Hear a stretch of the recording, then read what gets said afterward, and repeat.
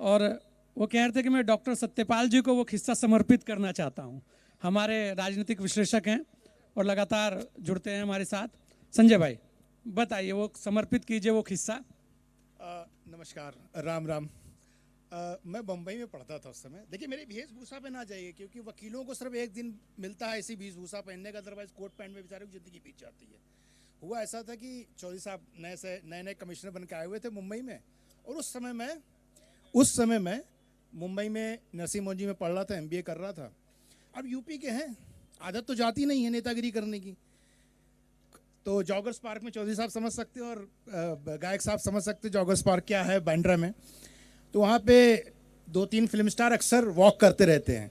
अब यूपी वाले होते हैं ना खुराफात, तो अपने कॉलेज के लड़कों के साथ गया और एक हीरो घूम रहे थे। हमने कहा, और भाई क्या हाल है? उसने, भाई शिष्टाचार होता, उसने बोला मैं बढ़िया हूँ। तो मेरे जितने बम्बैया दोस्त थे बोले तुम्हारे जान पहचान की? हमने कहा बहुत पुराना संबंध है हमारा इनका। दूसरा क्या हुआ, चौधरी साहब आके हमने बोल दिया हमारे रिश्तेदार हैं।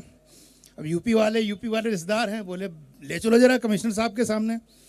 तो बांद्रा में मैं रहता था, पाली हिल में, और सर का जो आवास था वहाँ बांद्रा में था। अब वहाँ पे मुस्टैंड जो मराठी होते हैं, मुस्टैंड बड़े खतरनाक होते हैं।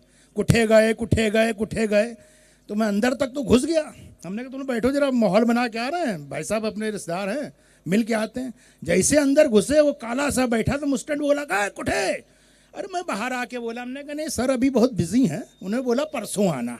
तो ऐसे मेरे साथ हादसे हुए। और यूपी का जो लड़का होता है, चाहे वो पढ़ने वाला हो या अनपढ़ हो, वो हमेशा कलाकारी करता रहता है, और हमने भी वही किया था। तो चौधरी साहब आपको समर्पित है ये। बहुत बहुत धन्यवाद भैया।